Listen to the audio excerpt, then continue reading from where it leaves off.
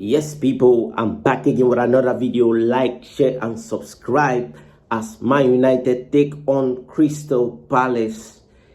And I'm looking forward to this game. Man United are on a high right now with the 3-0, the 7-0.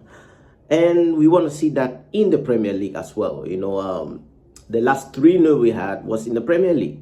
We want to carry this form to Crystal Palace because Crystal Palace last season absolutely cooked us to the T. They licked the plates. 4-0 was a disgrace. We can all admit that 4-0 was a disgrace, but there is context, because some Man United fans, as much as, some of them don't like Erik Ten Hag, you have to admit, last season we played Casemiro as a centre-back. So you can start to imagine how disjointed our team was due to so many injuries, and and the players could not really play football. Confidence very low, and Olise getting Casemiro spun for real, like got chopped off, do a little bit of a shimmy, and Casemiro was on the floor. He scored. Eze cooked us last season. But this season, I'm expecting a win. Man United are going to win this game. I'm expecting a 3-0 or a 2-0. We have to be getting this game. In fact, it's a revenge. Because last season, if we can get 5 goals, cool. I would definitely take that. But a win is a win at this point, right? Not only winning, we have a style of play as well. And I really like how a couple of weeks ago we were talking about Erik Ten Hag getting sacked if he doesn't win, and now fast forward looking at the back-to-back wins, it's looking very great. Let's carry this on. That is my only hope and my wish for us to carry this game. Like I said, last season was a disgrace. 4-0 was a disgrace. We played the whole entire last season very poorly, but still came out with a FA Cup, which is something people look past over. And yes, as fans we do not want to dwell over it because we already won it. Let's move on to the next. And this season, focusing on this season only, if you look at how we started, we won 1, lost 2 games, won the 4th one, and now we are going to Crystal Palace on a high. And last season we cannot really say that. Last season I will definitely tell you, I don't know where we will get our win. But the real test is Crystal Palace away. If we can get that over the line, I don't care if it's 1-0, I don't care if it's 2-1, I don't care if it's 3-1, I don't care if it's 5-0. We just have to win. And if we win, we will be above Arsenal as it stands by 1 point. You can imagine where I'm going with this. And just like that, you get yourself challenging by winning games. Just like that, I'm not looking past these other teams playing. Aston Villa are very strong at the moment. They are sneaking right up there. I'm not going to put Liverpool because Liverpool, they're up and down right now as we know it. If they're not careful, they almost lost in the Champions League as well. Like if it wasn't for that 3-1, they started off very poorly and then grew into the game. But Premier League do not really give you that chance to grow in the game. They hit you on attack, pressing, and it's a high intention game. For this game, what I really want Erik Ten Hag to do is get to his strongest 11. I mean, we know Erik Ten Hag to always start his strongest 11, and this time he's not going to miss. As much as people, always bring up this, he has favorable players who don't. All managers have favorable players, favorite players they have. And we have to look at all of these, narratives and, always trying to bring the manager down and let him cook. You understand? Let him do his thing. If it fails, it's his fault. As well as if he wins, praise him. That's how it is. It's just plain simple. His strongest 11, and what I think Erik Ten Hag will pick will be, of course, Onana back in goal, De Ligt, Lisandro Martinez, Dalot, Mazraoui, Ugarte, Kobe Mainoo, Bruno Fernandes, Rashford, Xerxes, and Ahmad. Am I forgetting one person? Am I forgetting another person? I don't see Casemiro playing this game. I don't. Erik Ten Hag will absolutely play his strongest 11. And, we are definitely going to see a style of play, even though people still do not want to give him that, saying there's still no style of play, there's no structure, as I saw, with the 7-0, like, against Barnsley. Like, listen, people, I hate when Erik Ten Hag outers are really struggling and trying to squeeze out every details to make it their points. It's now embarrassing at this point, It's very embarrassing at this point for you. Instead of supporting the club as we play, you want to come out with, crazy takes to have clicks and likes on your video because you have a big channel on YouTube and you expect, people to like, share, and subscribe for you to just be lying to yourself, in the name of I know football. Like, some of us, we put the camera in front of us and we talk about football, breaking it down as it should be, but you have to be genuine. You have to be balanced, as well as telling the truth of, what is going on in the club and what is really happening, instead of, not trying to spew lies to your own fans following your channel.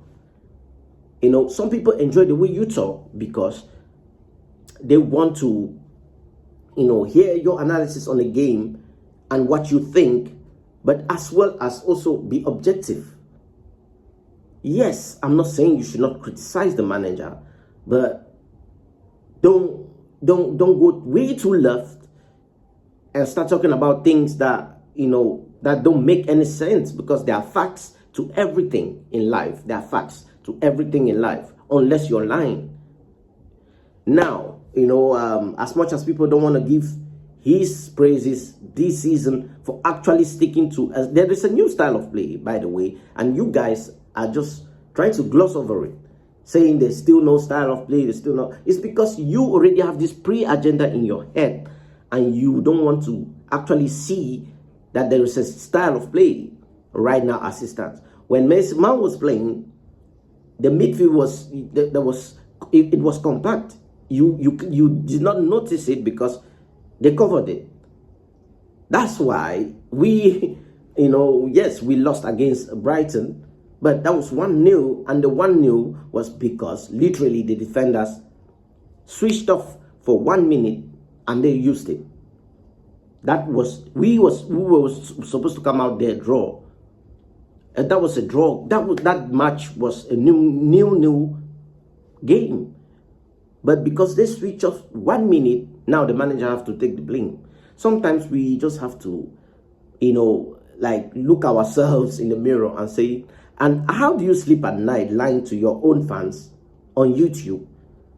Meanwhile, it's plain as day to see, just to suit your narratives and link up with other Erik Ten Hag outers just to make a simple point of, no, he's not getting the players, he's not going anywhere with this new structure, this and that. Trying to, like, listen, people, it's just been 3 games and it's the 4th game now in the Premier League. I mean, like, sometimes we just have to wait and see, and I have seen enough. I have seen there's a lot to be played here, and just like I said earlier, if we win against Crystal Palace, depending how many goals we win, we will be above Arsenal. right now, and there will be one goal up. You understand? Will be one goal difference. And I really want everybody to, stop being divisive and actually support the club as we should. Support the club, not individualism. Not bringing individualism into it. Not being divisive. Just support the club as a Man United fan. It's that simple. And if the players win, we win. If the players lose, we lose. Yes, we look at what went wrong and analyze it. That's why somebody like me making this type of video is necessary. But then what we do not want to do is just because now a player, missed the ball, now he's shit for the whole season. That's what we tend to do, and we have other fans from other clubs bigging up their team for drawing against Atlanta.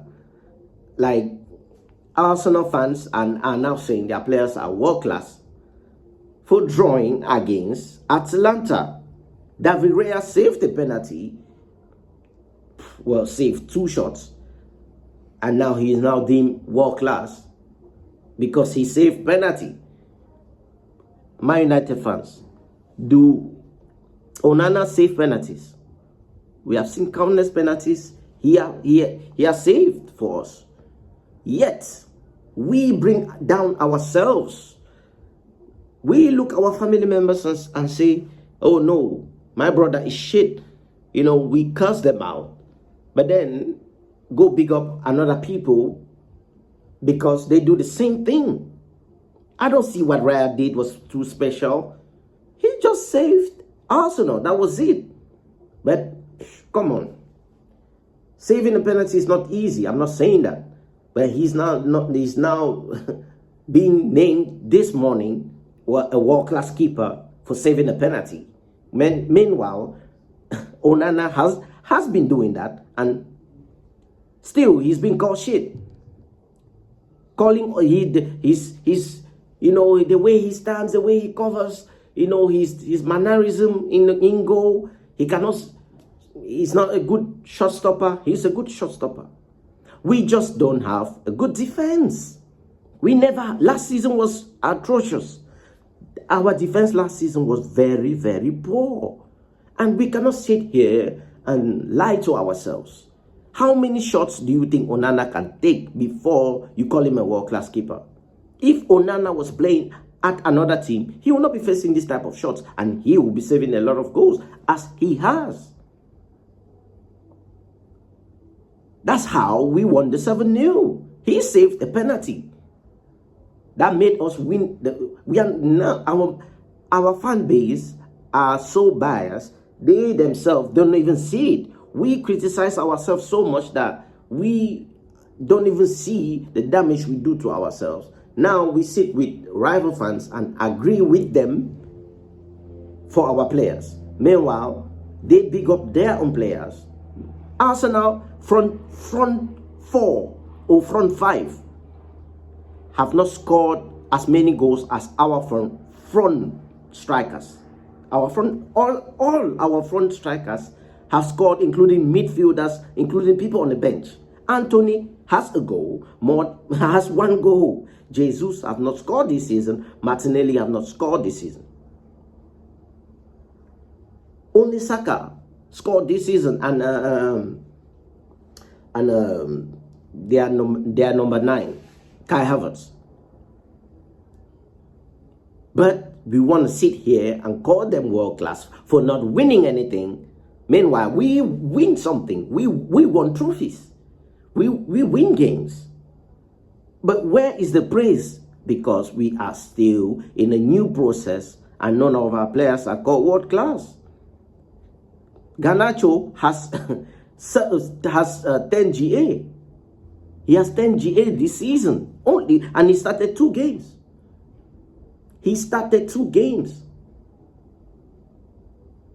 But he has 10 GA already. Is he going to be called world class? No, because he is still, 19? But we will go to another club and beat them up because they are what? What have they won?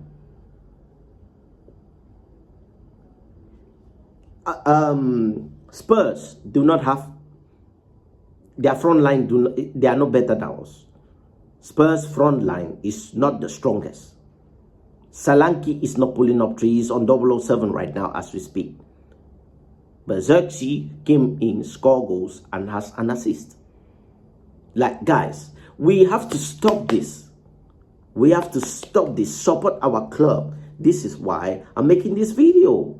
Against Crystal Palace, like I said, we are definitely going to win games. And we are going to, we are definitely going to carry to the next game. I think is we're going to play Spurs. And we're going to see their combined 11. They will clearly push the fact that they will win because they have what? Son, and who? Brandon Johnson, and who? Solanke against Ahmad or Garnacho, Xerxes, Rashford on fire this season. What are we talking about? What are we talking about? Guys, listen. I'm just saying, man, like sometimes we just have to look at what we have, appreciate what we have, and move on. Appreciate what we have. We have to hold what we have dearly because other rival fans, they do to their own players. They pick up their own players. And they don't win anything either. But we win trophies at the end of this. I'm not saying the FA Cup and the Carabao Cup, is now above anything. It's a trophy. I cherish trophies. I don't care how you play, I don't care how you play. If you can win me a trophy, that is it for me. At the end of the day, that's what I want, personally. Real Madrid last season were very poor in Champions League. But guess what? They won the Champions League. We were very, very poor last season. But guess what? We won the FA Cup. But we were literally poor last season. We still managed to win an FA Cup. Like, we just let that pass all the time. And it just seems small. But no, it is not. It is a very, very, very huge thing. It would have been a normal thing if we were absolutely winning last season and win an FA Cup. You understand? But the fact that we're so poor, normally you're not expecting to win anything. We still beat Liverpool, beat City to win the FA Cup. Like, guys, against Crystal Palace, like I said, we are expecting to win this game. And, again, Erik Ten Hag has to deliver. Like I said, the lineup was pretty clear, on how I'm seeing us play. We are, I like our press, the way we press up front. All the players, like, they have now noticed each time they lost the ball, the wingers, they come to the midfield and compact and make it compact. And as much as they win the game, they win the ball, they take it behind or in front and start back from the back, coming up to the front, And I really like how, the chemistry is building now with De Ligt and Lisandro Martinez, how they play at the back now. Dalot has been getting a shaky game, but he recovered himself, he recovered himself very well. And we just hope against Bournemouth, and against Barnsley, he started poorly but recovered himself. He hasn't really played like last season. He was really our best player last season, flawless. But this season he has not really started well, and I hope he's gonna definitely come back. He can get he's having that confidence. All of the players having the confidence to actually kick on from here. Now, Rashford, he is the player we have been. Is Rashford back? Let me know that down in the comments, people, if Rashford is back. Because Garnacho is definitely knocking at the door and saying Rashford waked up, and he's waking up. He's having what, 3 goals now, all competition. He's having 3 goals, having 2 goals in the Premier League. I don't know, 3, something like that. I cannot remember. Yeah, 3 goals. 2. He has 1 goal, 2 goals. I cannot remember. I have to fact check that. He has goals right now, and his confidence is building up. Long may continue, because we won the Rashford, that came out 30 goals. Only Erik Ten Hag made Rashford score 30 goals. But yet, everybody keep asking, who did Erik Ten Hag improve since coming to Man United? Those are things we disregard, just because we have an agenda. And it irks my stomach that we as Man United fans question Erik Ten Hag for not, improving players. Like, at the end of the day, you as a professional player, you have to get yourself there. The manager can tell you what they want to tell you, but you are the one kicking the ball. It's the same way you can coach a fighter to go and fight, right? The first round, he was knocked about. The second round, you tell him to wake up, give him all this prep talk. He himself have to believe in himself to win. With the players, they have to believe in themselves. Only Rashford can believe in himself to win games. Not Erik Ten Hag. But Erik Ten Hag managed to play him till he scored 30 goals. And last season was everybody was poor. Not only Rashford, every single body was poor. Only Dalot and Maguire actually were better the whole season. Talking about, like I said, this is the preview. There are more videos that are going to be coming out. I'll be doing a lot of shots. Just speaking on the games coming out this weekend. But like I said, like, share, and subscribe, people. Man United, I'm not gonna say we are back, because we are not. The 7-0 was the 7-0. There's nothing to be too giddy about. No, I am happy as a Man United fan that I get to see 7-0. We never saw this. If I ask each and every one of you down in the comments, how many times have you seen Man United score more than 5 goals? You will not tell me lately. You will tell me back in 2000, and that's what you will tell me. Like, you will not really say something any recent. And some people will say it's Erik Ten Hag's fault. Yes, it's Erik Ten Hag's fault, but who plays on the pitch? The players. Sometimes it's stupid mistakes that get us in problems. So we have to look at ourselves and stop pointing too much fingers. When we lose a game, we analyze how we lost the game, and we keep it pushing to the next game. But it shouldn't be every single game we lost. Now the manager's job is on the line because we lost 1 game. That's not how football works. Me, as if I own a company, I'm not just going to be firing people just because I feel like it. No, I have to analyze things, look at where things are, try to fix it. And if it goes on and on and on, then you move people on. But the manager's job should not be on the line because they lose 1 game. How we lost is also important too as well. Don't get it twisted. How we lost a game is very important. But I don't believe right now, as it stands with these current players that we have, that we should be even thinking that we should be beating Crystal Palace. That's it. End of story. And yeah, we will do that. So stay tuned. Like I said, like, share, subscribe, people.